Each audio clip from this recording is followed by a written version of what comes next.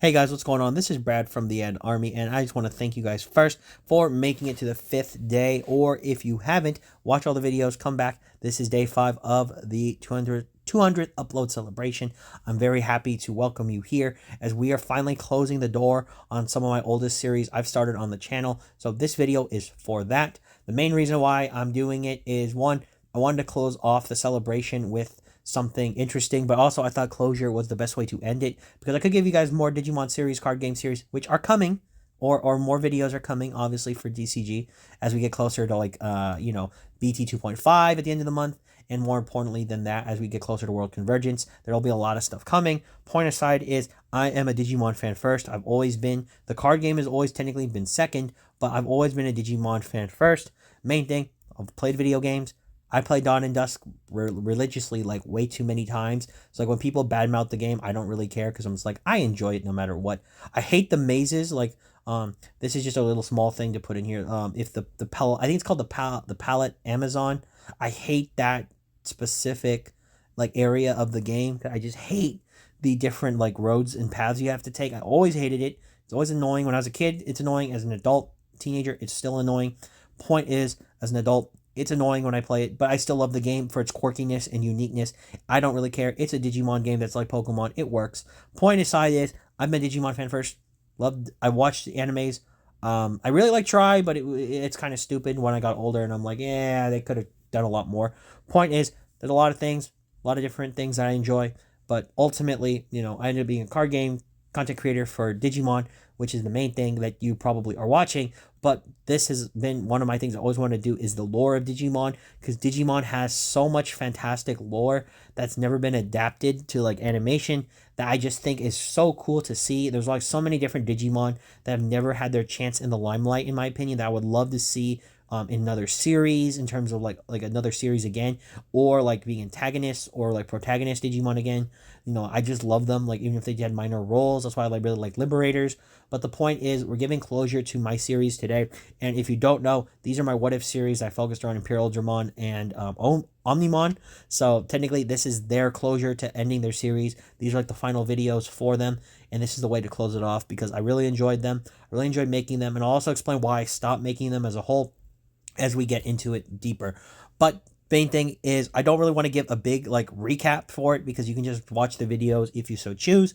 The main reason why is, the story is pretty obvious. It's more so tying together the lore of the digital world that we have for these different characters, and tying them into other lores for other Digimon, to explain kind of how the digital world works.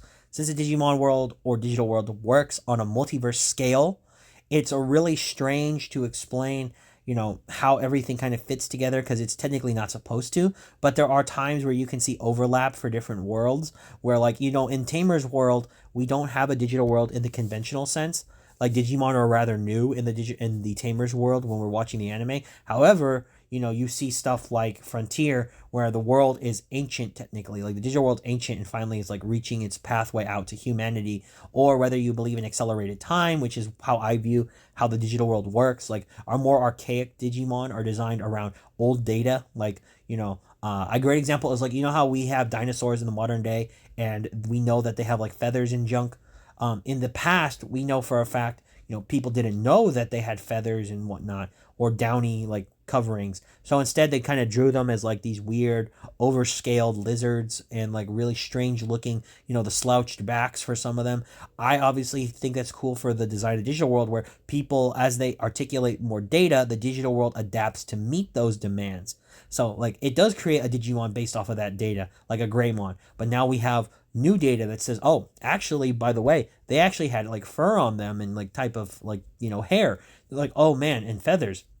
Oh, crazy. We have a new Digimon based off of, like, data like that. So the main thing was explaining all of the little intricacies, changes that the digital world would go through, all these different stuff.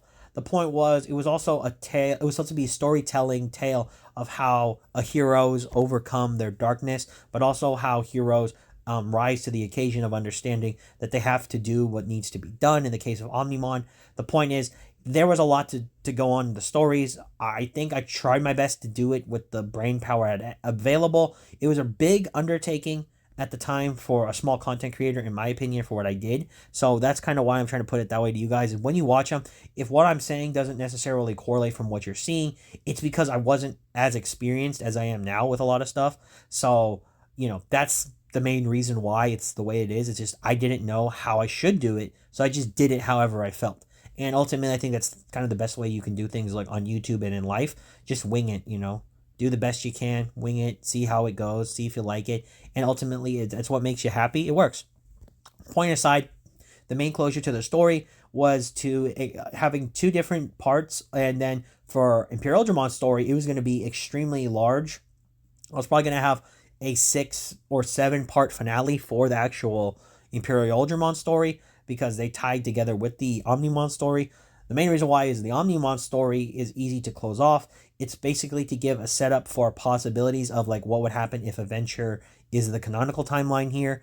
Also to explain how Omegamon is not present in the digital world a lot of times because it's busy doing stuff. It also was to give an explanation to where the Omnimon in Tamers in the movie came from, where I would have it be this Omegamon actually being the one traveling the digital worlds via the data stream, which was something that was going to become an existent topic.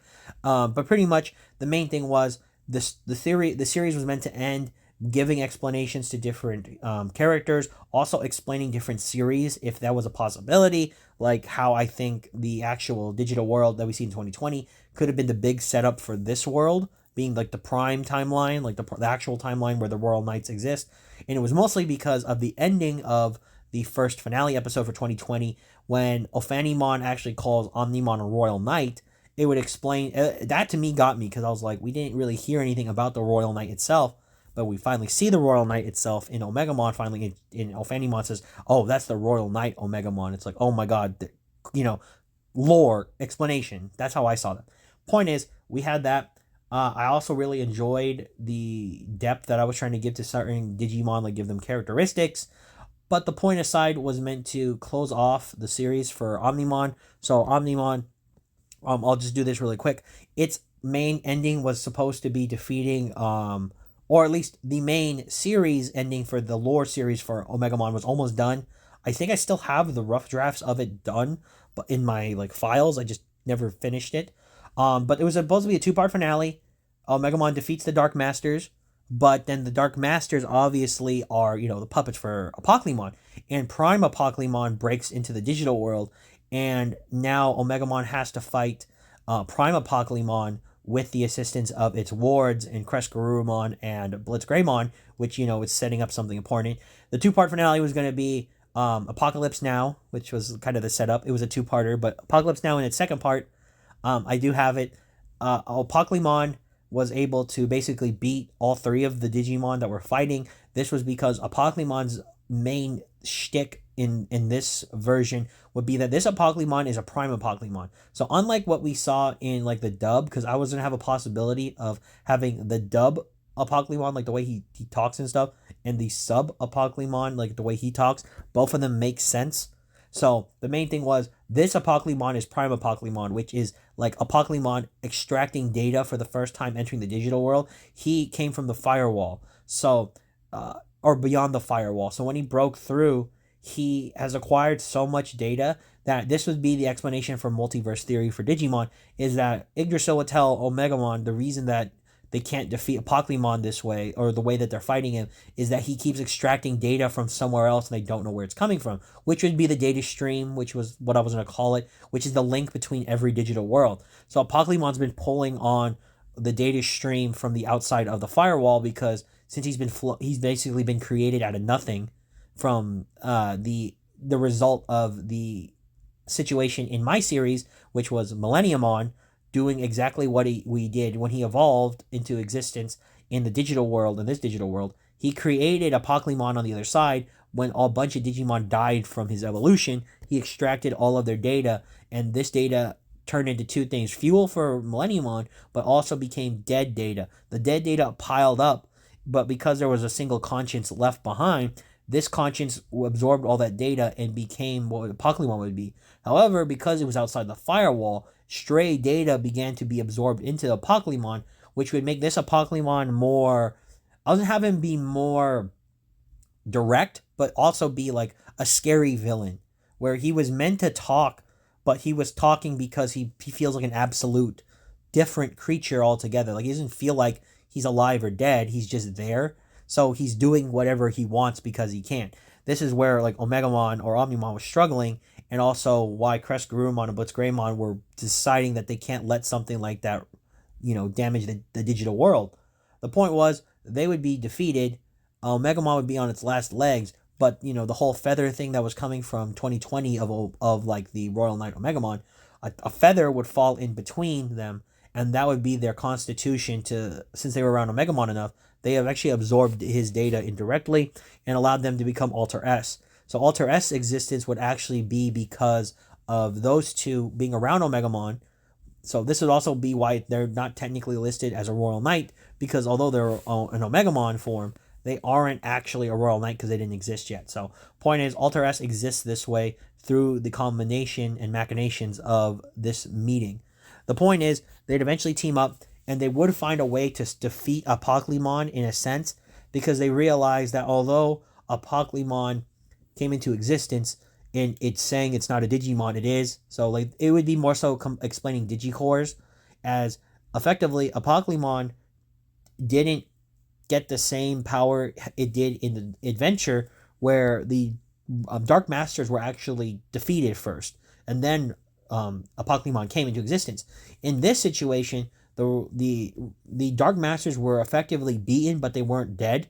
So when Apocalymon actually took them in my world or my series, the goal was that they were still technically alive. So there were weak points in Apocalymon because it didn't absorb data, it absorbed them. So they're still technically alive, and they wanted to be free. The main thing was Apocalymon lied the whole time, telling the Digimon it created in the form of the Dark Masters from other data. It lied to them, telling them that they would rule over the digital world. It lied to them. So they have their own, beliefs and their own ways of living. So because they're alive, they start to rebel inside of Apocalymon, which is something it doesn't have. This was more so because I wanted to have the Dark Masters have the same personalities, but they weren't exactly the same. So this is why the Dark Masters in Adventure would be more dangerous, because they're rebelling inside of Apocalymon, and when Alter S and Omegamon finally defeat Apocalymon and the Dark Masters technically, what happened was data was split from the mindset of Apocalymon. So parts of Apocalymon were actually sent to each Dark Master, but they were turned back into Digi-Eggs. So their connection was still there, but they lost their memory of Apocalymon. But Apocalymon still obviously is their the fifth Dark Master technically, or the machination of the Dark Masters. The point is, Apocalymon would be defeated.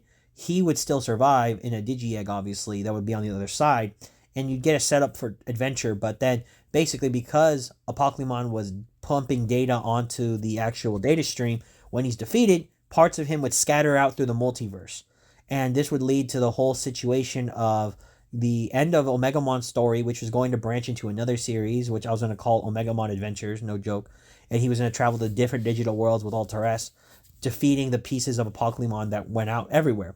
But, that never came to be. Point is, the end of Apocalymons story and Omegamon's story was that it left it open for your interpretation if you thought adventure would take place. That's how Apocalymon's like all weird. Even the dub version of Apocalymon, because the point would be that he lost so much of his like actual like mental data. He's acting bizarre and weird. So in the dub version where he's talking about pizza and stuff, that would be the explanation there. Is like Pizza Apocalymon is like, oh dude, he lost like a lot of his like mental cognition, so he's not the same guy. But then Japanese Apocalymon would be really like kind of shrill and direct like how he is, but it's because he lost a lot of his humor, which I think was kind of interjected into the Dark Masters. So I left it open for sub and dub or whatever version you watch, why Apocalymons all weird. So that's kind of my way of looking at it. Point aside is, when we move into Imperial Ultramon's story, it picks up a long time after the events of the Omnimon story, but actually starts almost immediately after Omnimon leaves the digital world, where we still have the problem of Digimon digivolving. Digi-armors are important factors. The actual explanation to how Black Digitron was very important. I like Black Digitron because it's really cool to explain itself. But basically, it's utilized to be a power source for Digimon, but it corrupts them in a different way. Like, it gives them dark, feral feelings. I also had the explanation of the Black Digitron being a result of the pieces or machination energy left behind from specifically Millenniumon. So that was the setup, is that Imperial Ultramon is actually a result of the leftovers of Millenniumon. And then Imperial Ultramon was, basically Imperial Ultramon Virus was the big bad for like a lot of episodes till he's defeated by the culmination of the pre-Royal Knights. So the Knight Digimon that would become Royal Knights came together and finally were able to defeat him with Omnimon's help. This resulted in Imperial Ultramon finally being purified, and the Imperial Ultramon that we would get to know from 02 was supposed to be this Imperial Ultramon from a long time ago, and we would get the Wormmon Vmon being trained, which was a whole other part of the series, that they were trained to use energy for good, and eventually they become Imperial Ultramon again. But to give closure to the series, there was supposed to be like a big apocalyptic war, which would be the 2020s war, but on a bigger scale. So we get to see all the different battlefields. The main thing that was supposed to take place was the dark area houses the prime Zed Millenniumon or Millenniumon. So I always had it where Millenniumon, when it was defeated by Omnimon in its original series, was cut up into pieces, and thanks to the help of Yggdrasil, most of that body of Millenniumon was transported to the dark area, but the actual part of Millenniumon fell into a small piece fell into the dark ocean or the net ocean, and eventually be reconstituted a Millenniumon sleeping underneath the actual surface. So there was meant to be a lot of explanation as to how that came to be and where this Millenniumon came from. More importantly, too, we were going to have this big confrontation of the Millenniumons not working together properly, but more so both of them realizing to destroy the digital world. The Royal Knights, were not Royal Knights yet, would form together and become like the Knights of the digital world. The United Digital Army was going to be a thing. The actual the area where the three great angels reside was going to be finally showcased in an episode, where the network keys that are needed to open the dark area were obviously with the three great angels, but they had an infiltrator. The infiltrator opens the gate and lets out Millenniumon, and the war begins, as the groups aren't prepared properly, but they have no choice but to band together, and the digital world is flung into a apocalyptic war. Basically, there was two different Millenniumons. So the Millenniumon on the surface of the actual digital world would lead and be the one that was a part of the 2020 war, but the one that was released in the dark area ends up getting so big, and when it turns into Zed Millenniumon, it can't physically fit on the actual digital world. So it's out in like what would be the space version of digital world, like in the outer space of it. And it has to fight against the Royal Knights because they're the best chance, or the Knight Digimon, because they're the best chance at stopping it. Yggdrasil would see no other alternative and release its two Digimon it was holding in reserve. These two Digimon that would be let out would obviously be Alphamon, one, and the other one would be Examon, which it finished creating at the last minute. This was done so that I wanted to give some suspense, but also explain that most of the Royal Knights that are a part of the Royal Knights to this day are actually still current members. So Alphamon's appearance would be huge, because it would have like a funny situation where it saved Omnimon, and then Omnimon would say, "Who is it?" And then Alphamon explains it's the Alpha. So it's kind of funny. And then obviously this would also be Oryuken. So Oryumon would exist, but this Alphamon would be able to go into Oryuken without showing Oryumon. And then Examon obviously is here to help. Examon is obviously based around the concept of a stronger form of Imperial Ultramon, which Yggdrasil doesn't tell them, but that's the truth. The point is, they all start fighting, they do okay, but then Zed Millenniumon finally decides it wants to start destroying the digital world, and it does something very similar to, basically, Omnimon would know this because it was the same thing Apocalypse was doing. It begins to take data from the data stream and add it to itself, so it starts to get even more powerful. This would result in basically a big explosions. The group is kind of really down and out. They take a lot of damage. Examon sacrifices itself to stop Millenniumon's next attack, but it only results in it being destroyed, but it doesn't matter. That's not important for now. But it rallies the group. But then Imperial Ultramon tries to stop an attack, and it gets severely wounded. And then Omnimon realizes that there's only one realistic chance left, and it would convert itself into the Omega Blade, giving itself over to Imperial Ultramon, telling it to take its strength and to use it together, that they would probably be able to defeat it if they work together. And then you would see the rally point it would do the thing where it raises the sword in the air, and all of the Royal Knight or the Knight Digimon decide it's time to unite their strengths, and they unite it. So you get something very similar to like GX in a situation, or like I would be calling this Imperial Digimon Paladin mode. I want to call it Paladin mode United or something, where it glows all these different colors because it has the power of all the knights. But the main focus was they would cut up this this Millenniumon to pieces, and then together with the power of all the Digimon, they were able to banish the pieces and destroy all of its data. So they were able to basically pull like an all delete form of like the Omegamon X ability. I forgot exactly what I was going to call it because I had a rough draft of it, but I wanted Paladin mode to be able to do this with all of their power together, being like 0% or something. I wanted to call it, like where it erases all the data to nothing, and this would result in Imperial Digimon finally defeating the Millenniumon, and then on the surface, the 2020 Omnimon that was Tai and Matt's partners would actually be able to turn into Omegamon because a feather of the Digimon was brought to the battlefield at some point, and they were able to absorb its data unknowingly. So when they united, they were able to turn into Omegamon, and then that's when the three great angels in Seraphimon and Alphanimon that were there, they helped finish off, Millenniumon like we see in the anime. So that was supposed to work that way, and effectively, that was supposed to be the closure for that. But then the beginning of the final video was going to be the Court of 13, which was what I was always setting up for, where the Royal Knights convene and the formation of the Royal Knights actually takes place, as they're necessary to keep the digital world stable. And you'd see most of the Knight Digimon take their places like they were supposed to, but then we would see some members that we don't see that were speculated by people. So like they thought Golden Rapidmon was a member. He'd be a temporary member alongside Magnamon. Additionally, we would see members that would have taken their roles but chose not to take it. So we saw Chaos Gallantmon in the series as a main character. He was actually going to be on the Royal Knight team, but decided not to do it because he just doesn't trust Yggdrasil enough after everything that's taken place. So that Chaos Gallantmon would not take its seat, but then Gallantmon obviously takes the seat and be told to take the seat from Chaos Gallantmon, so it takes the seat. We would also see that Examon has a latent seat, but Yggdrasil tells the group not to worry. Eventually, it will return.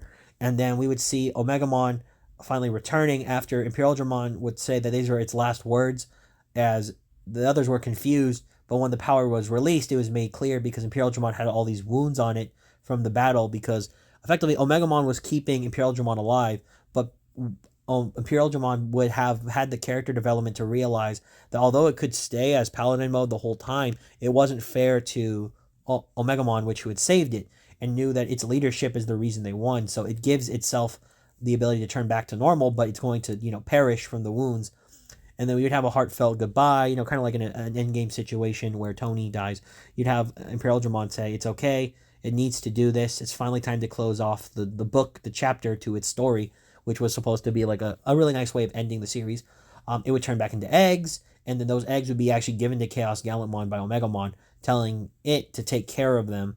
As you would finally realize, or most people know this, if you watch the series, was that Chaos Gallantmon was always Megidramon, so that was always the thing. But this is the Megidramon that becomes the Four Great Dragons Megidramon. So at the end of the video, at the end of the giving the eggs, Chaos Gallantmon would finally revert back to Megidramon and take the eggs, but also he'd be given 2 more eggs, which would be 2 fallen hero Digimon that fell, Valkyremon, and I would have Clavis Angemon, not Vikemon, as Armadillomon, and this would become Hawkmon for 02, as they'd be given to Megidramon, who would give them to a Zulongmon, believing that it was best that a sovereign, but also a great dragon, were to take care of them, which would explain why that they were with the 4 great sovereigns in 02.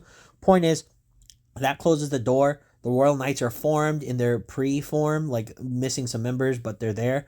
And they would not be present in the digital world, as they would be forced to go to the data stream as well, as Omegamon did, to finish the pieces of Millenniumon and the pieces of the missing Apocalymon. So that would be the end of the series there.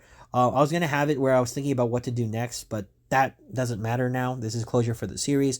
Now I just want to talk about why I didn't finish the stories. So starting off, one thing was these took an exuberant amount of time. Like, I'm not lying to you guys when I say I spent a long time doing these. This is also between work and other stuff as well. But even if you don't like how I did the videos, like how they look, I have to tell you, it was a lot of work. It was a lot of detailing. It was a lot of going over, making, sound, or making the voice recordings over and over and over. And it's not that I hated it. It was just that I felt that I wasn't generating enough attention on them with what the work was to do it, where I could do other videos that would make me less panicky, because these made me panic because I realized I had to get them out in a good time fashion.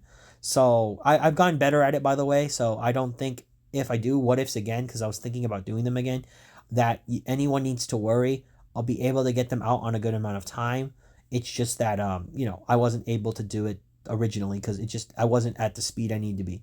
Point is, I really enjoyed them, but the juice wasn't worth the squeeze sometimes, because when I made them, I just felt like they weren't getting enough attention, algorithm aside. So I wanted to do other stuff that also, at the time, I wanted to give YouTube a shot. That was the main reason too. So I know you have to play the YouTube game if you want to climb the ladder to a degree, but I also wanted to make sure that I was doing it justice to myself, to what I cared about. And although I liked the stories, I just felt that I was also becoming somewhat dispassionate with them. It's not that they were bad in the quality, I felt like I was losing what I was trying to do originally, and it hurt me in the aspect. So I just thought, you know what? I wasn't at the point where I had a big enough following where people would care if I stopped doing the series. So I just tried it, and then since no one mentioned anything or next part, I just thought, okay, well, I'll just roll off of it. And this is also for people who maybe, if like I said before, if you have watched it or watched the videos and you ever wondered why or what, if you did, I'm just saying I never stopped caring about it. Like, I mean that seriously. I never stopped caring about it. So ultimately, that was the thing, guys, is just, I didn't really feel like I was getting anywhere with them, but also at the same time, I wanted to give it a shot, like YouTube a big shot. So, I just fell out of doing them. But like I said, I never not loved it. I never not missed it. I always felt like going back to complete it. And, that's why I made this video today, because I wanted to make sure that I at least got out the endings.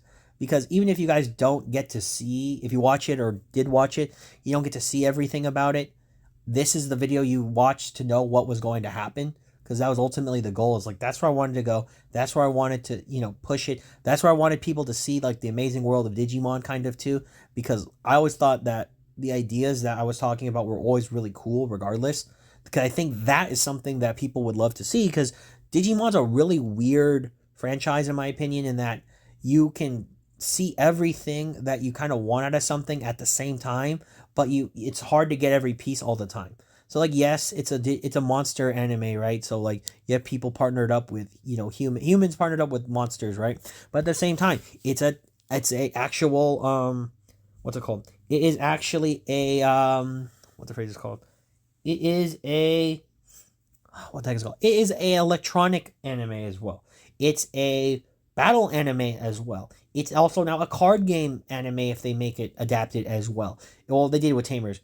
It is a, human transformation to, like almost like a Sentai in the form of Frontier. It has all of these elements and more, but at the same time, you can get all of that, but at the same time, you don't get all of that. So it's weird, That's why I say it, like, it's weird. It's like, it has everything, but at the same time, it's not always together. So that's the key thing, is like, I want to make sure people understand there are amazing elements to the story that we still don't have, to the bigger characters we see a lot in a lot of different adaptations, whether it's the card game, whether it's like Liberators now with Virus Imperial Ultramon, whether it's, the 02 movie, anything. Like, there's so much we don't have that I know a lot of people would love to see. And that's why, ultimately, as I close off here, that's what I wanted to do. That's what I'm still trying to do to an extent. And ultimately, that's what I care about when it comes to, like, watching the lore videos of stuff. It's like, that's the key. That's the piece. That's what we need. But, that's it, guys. I'm going to finish it here because this is a long video. So if you make it all the way through here, thank you so much. I'm really glad. But point is, it was really good. It was amazing. Great ride. Thank you for being a part of the 200th upload celebration. These were my babies when I started. I never finished them, but hey, you have it now. You have the conclusions. That was what was going to happen. But ultimately, thank you so much for being a part of the celebration. Thank you for being a part of the Ad Army. And as always, this has been Brad from the Ad Army signing off. And for all of you out there, to sign on.